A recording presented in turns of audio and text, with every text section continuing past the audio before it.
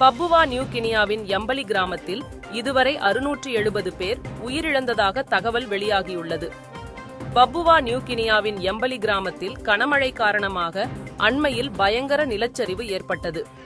இதில் 150க்கும் மேற்பட்ட வீடுகள் மண்ணில் புதைந்ததாகவும் 670 பேர் உயிரிழந்ததாகவும் முதல் கட்ட தகவல் தெரிவித்துள்ளது.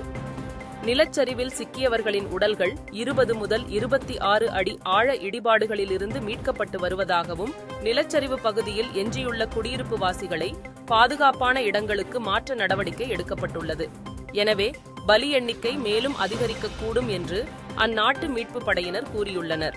மேலும் அந்நாட்டு மக்களுக்கு தேவையான அத்தியாவசிய பொருட்கள் கிடைக்க நடவடிக்கை எடுக்கப்பட்டுள்ளது.